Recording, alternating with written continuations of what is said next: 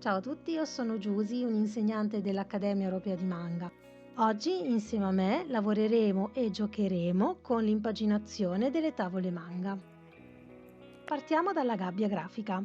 Viene considerata gabbia grafica nel fumetto lo spazio all'interno della pagina in cui vengono inserite delle vignette. L'esempio che vedete è quello formato da 8 vignette, creato da 4 fasce orizzontali e 2 fasce verticali. Potrebbero essere anche da 6 vignette, quindi 3 fasce orizzontali e sempre 2 fasce verticali. Sappiamo tutti che il manga si legge da destra a sinistra. Per questo video però vi chiedo di fare un piccolo sforzo. Cercheremo di tenere la lettura occidentale, quindi quella che ci appartiene, da sinistra a destra. I numeri e le frecce in questo caso ci indicano il senso di lettura. Altro elemento che ci aiuta alla lettura all'interno delle nostre pagine sono gli spazi tra le vignette. Di solito non sono uguali, anche se nel manga a volte non esistono, ci sono proprio le vignette attaccate. In questo caso però è molto importante ricordarci che gli spazi verticali rispetto agli spazi orizzontali hanno misure diverse. Lo spazio verticale è più stretto, lo spazio orizzontale è più largo. In questo modo lo spazio sottile verticale aiuta l'occhio a spostarsi da sinistra a destra. Attenzione però, tante pagine disegnate con la stessa impaginazione, sia pagina sinistra che pagina destra, potrebbero essere noiose sia per noi che le disegniamo, sia per il lettore che le deve leggere. Troviamo insieme una soluzione divertente per poter impaginare in maniera diversa pagina sinistra e pagina destra. Vediamo come fare. Partiamo dalla gabbia classica, quella che abbiamo visto fino adesso, quindi con le 8 vignette. Se per esempio cominciamo ad unire i quadratini in verticale e in orizzontale, possiamo creare, tenendo di base la stessa gabbia, una pagina un pochino diversa. Non solo, come potete vedere il quadratino verde è cambiato anche di dimensione, quindi oltre ad unire le vignette possiamo anche renderle più grandi oppure più piccole. È chiaro che il numero delle vignette a questo punto cambia per pagina, ma è proprio questo il suo bello. In questo modo avremo sempre pagine diverse a sinistra e a destra. Possiamo anche utilizzare questa soluzione. Uniamo le 4 vignette superiori e creiamo una vignetta molto grande. E le altre vignette rimanenti le possiamo unire e creare 2 vignette orizzontali. In questo modo la pagina invece che 8 vignette ne ha 3. Questa potrebbe essere un'altra soluzione. Unendo tutte e 4 le vignette principali a sinistra creiamo una vignetta molto grande, la numero 1 in questo caso. Guardiamo come poterla trasformare ulteriormente. La vignetta 4 l'ho divisa ancora, in questo modo invece che 2 vignette verdi ne abbiamo 3, prima e dopo. Ora possiamo andare a creare le nostre pagine rendendole molto più dinamiche. Come possiamo fare? La struttura che abbiamo fatto fino adesso presenta principalmente delle linee verticali e orizzontali. In realtà noi possiamo anche rendere la nostra vignetta molto più dinamica mettendo per esempio delle diagonali. La vignetta 1 e la vignetta 2 sono definite vignette aperte perché non hanno i bordi come nell'esempio di sinistra. La vignetta 3 e la vignetta 4 sono rimaste vignette chiuse, la vignetta 5 invece è completamente libera, quindi senza alcun bordo. Questo è un esempio di una tavola manga. A sinistra ho riprodotto in maniera statica la sua impaginazione. Come potete vedere nel manga, soprattutto negli shoujo, questi tipi di impaginazione possono essere più dinamici andando ad inserire delle diagonali o delle sovrapposizioni di vignette. Qui vediamo altri 2 esempi di vignettatura. La pagina a sinistra è un pochino più statica rispetto a quella di destra. Nella pagina a sinistra abbiamo tutte le vignette chiuse, per esempio. Nella pagina di destra invece abbiamo delle vignette aperte, delle sovrapposizioni anche dei personaggi sulle vignette e delle vignette chiuse con delle linee diagonali. Un'impaginazione particolare aiuta anche a capire un pochino il genere che noi andremo a leggere. Per esempio negli shonen, i fumetti per ragazzi, di solito ci sono delle vignettature un pochino più statiche, mentre negli shoujo, i fumetti per le ragazze, la vignettatura è molto dinamica e spesso ci sono vignette completamente aperte, come nell'esempio a destra. Vediamo ora un altro tipo di vignetta che sicuramente avete visto nei vostri manga e di solito occupa una pagina intera. viene chiamata splash page.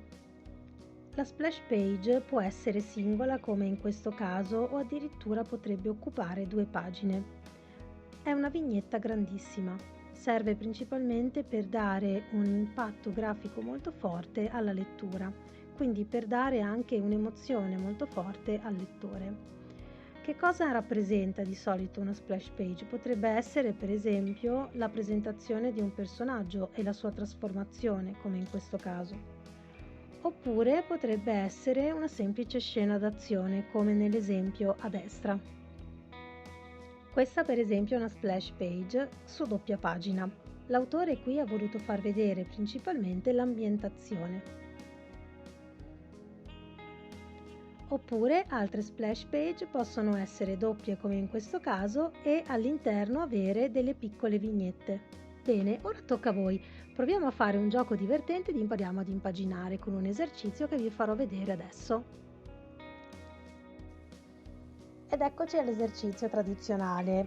Allora, per questo esercizio ci serve un foglio normale, quindi da fotocopia va benissimo, una riga, una matita, una gomma, un pennarello a punta grossa, quindi va benissimo anche un pennarello di quelli che usiamo per scrivere sui diari, un pennarello con una punta più fine oppure delle semplici penne.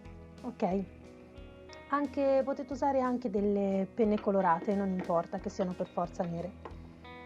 Allora, per prima cosa andiamo a piegare il nostro foglio 3 volte utilizzando la sua metà, quindi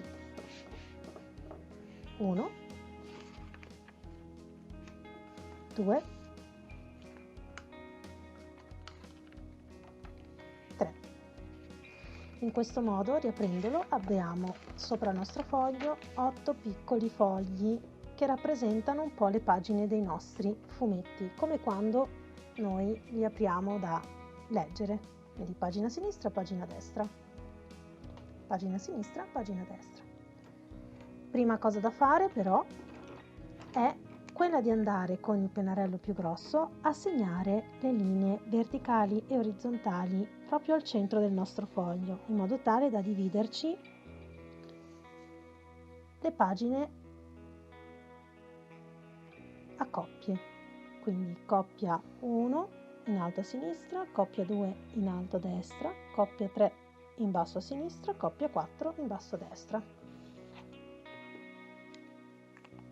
E ora andiamo a dividerci le pagine. Forse è un po' noioso questo, ma ci serve proprio per non sbagliarci quando andremo a disegnare le nostre vignette all'interno, soprattutto se abbiamo bisogno di cancellare, andando a metterci un pennarello indelebile, dove è la metà, eccola qui, riusciamo a essere più tranquilli.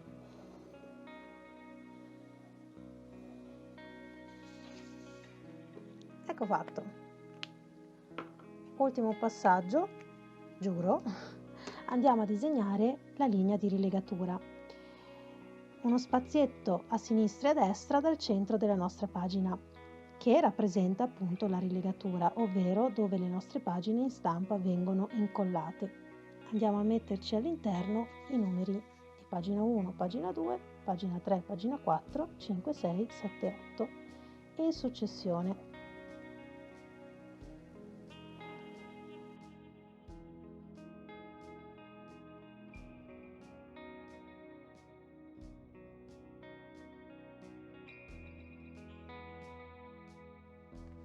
Partiamo con la gabbia semplice.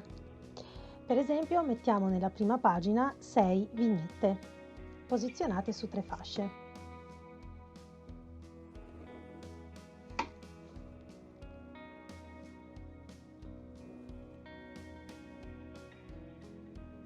È sempre bene all'interno delle vignette andare ad aggiungere il numero per la lettura.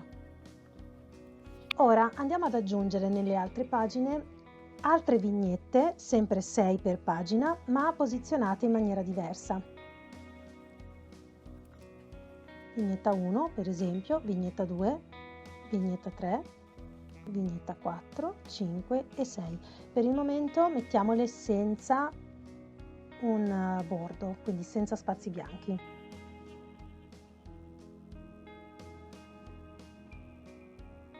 Ora, queste due vignette della pagina 4 e queste due vignette della pagina 1 sono praticamente identiche. Quindi il nostro prossimo esercizio sarà quello di andare a ridisegnare queste pagine mettendo spazi, vignette aperte, vignette chiuse e quindi differenziarle. Dovete cercare di non fare mai vignette simili tra loro da pagina a pagina, per esempio anche la 5 e la 6 assomigliano a queste, ok? Quindi anche queste qui dovremo farle un po' diverse. Per esempio possiamo la 2 farla un pochino più grande, così suddividiamo in 3 spazi questo e assomiglia meno a quella accanto. Ok, ora il prossimo esercizio è quello di andare a ridisegnare le stesse pagine sotto, facciamo finta che sia sempre 1, 2, 3, 4 in questo caso, cercando però di mettere gli spazi tra le vignette e differenziare un pochino le grandezze. Possiamo anche mettere delle linee diagonali, ok? Partiamo dalla prima. Abbozziamole a matita intanto. Allora, per esempio, la numero 1 potrebbe essere piccola e la numero 2 invece possiamo farla un po' più grande. Così rompiamo la gabbia simmetrica che abbiamo disegnato prima. La numero 3 potrebbe essere aperta e quindi la numero 4 potrebbe essere all'interno della numero 3. 5 e 6 potrebbero rimanere identiche a come le abbiamo disegnate, però gli mettiamo uno spazio e andiamo a chiuderle. Perfetto. Quindi abbiamo fatto la stessa gabbia, ma graficamente è resa diversamente. Ora facciamo anche le altre pagine.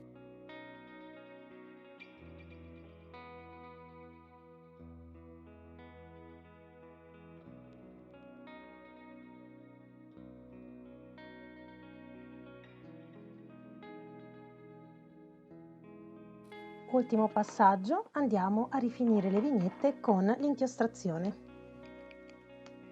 Utilizzerò il pennarellino, quello che ho usato per fare le linee più fini.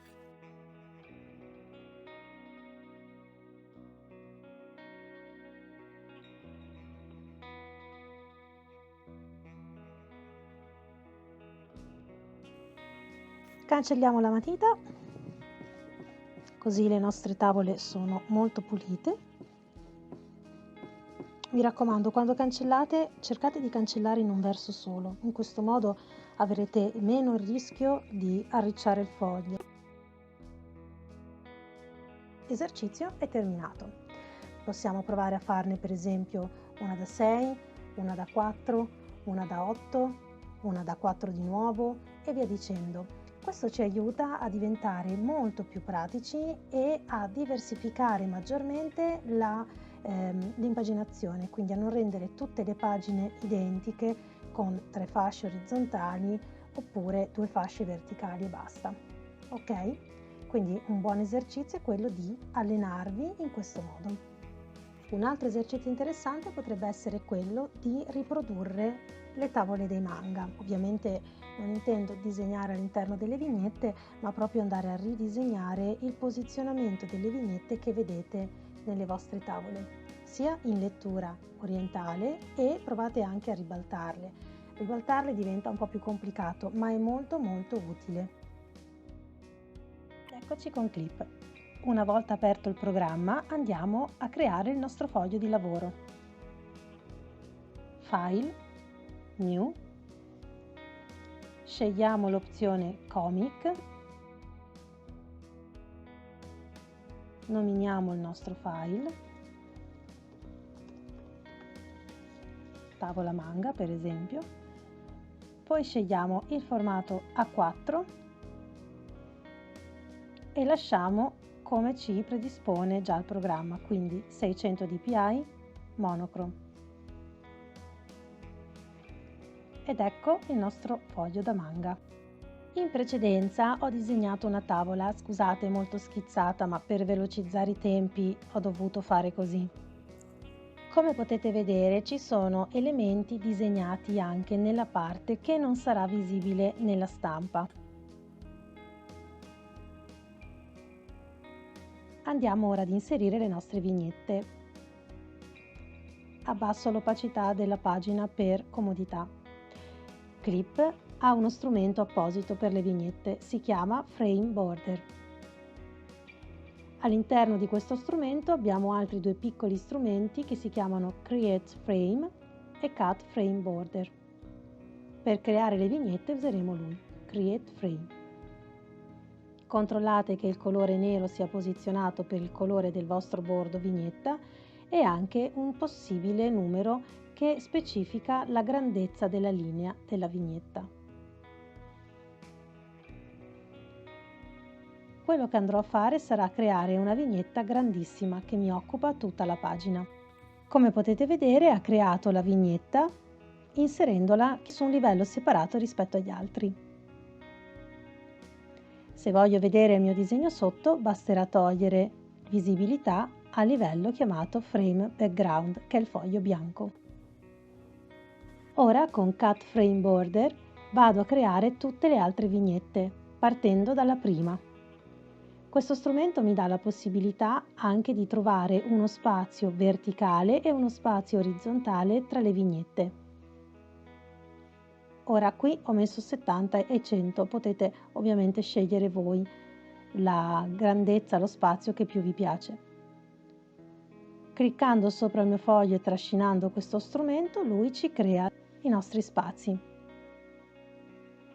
Non solo, ci divide la vignettona grande che abbiamo creato prima in più vignette separate. Ora andiamo a posizionare le vignette nella giusta dimensione come le abbiamo disegnate in precedenza. Come potete vedere, cliccando sopra il livello della vignetta mi viene selezionata solo quella su cui andrò a lavorare. Con Operation, un altro strumento molto comodo, andiamo a selezionare la vignetta e decidiamo la sua definitiva forma. Quindi questa diventerà la mia vignetta aperta. Questa la trascino sulla vignetta chiusa che ho disegnato. Andrò a sistemare la numero 3 seguendo sempre il mio disegno sotto e per la quarta vignetta facciamo lo stesso. Questa vignetta è una vignetta aperta ma senza bordo. Quindi attenzione perché qui ci sarà da fare una cosina in più. Come potete vedere ancora il bordo. Per togliere il bordo e per farla diventare completamente aperta è molto semplice. Andrò a spuntare la voce Draw Border. Ed ecco che la mia vignetta c'è, ma è senza bordo. Una volta create le mie vignette possiamo andare a disegnare al loro interno. Perché è più comodo utilizzare questo tipo di vignettatura? Semplicemente perché quando andiamo a disegnare all'interno della vignetta possiamo tranquillamente e liberamente andare anche con la penna fuori bordo, ma il nostro segno rimarrà sempre all'interno della vignetta. Aggiungo un'ultima cosa. Spesso nei manga vediamo personaggi che sono sopra le vignette, come in questo caso. Ovviamente qui ho già posizionato le mie vignette e ho già schizzato all'interno di esse il mio personaggio. Se dovessi andare a disegnare il personaggio sopra le vignette è molto semplice. L'importante è non inserirlo dentro le vignette già create, ma su un livello separato. Come posso fare in modo che non sia trasparente? Anche qui è molto semplice. Andrò a colorare sotto alla mia line art su un livello nuovo con del bianco ed ecco che il mio personaggio è diventato una sagoma che nasconde le altre vignette. Vi ricordo che dopo il video saremo online sul gruppo Manga Workshop per le correzioni e alle 18:30 ci sarà la live per i saluti finali.